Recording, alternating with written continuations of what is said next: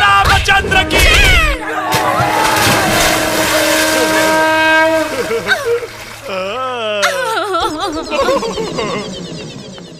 सुना मैंने सुना शट अप।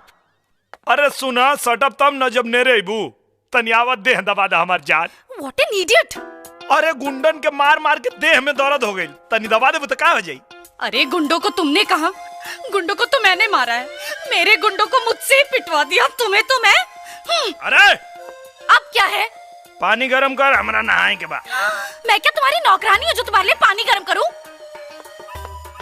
खचड़ी मेहरारू से दिल लगावे के बातें अलग है। मत गरमा, हम ठंडा पानी से नहा ले। ओमे कबा वाह चाचा, असली मजा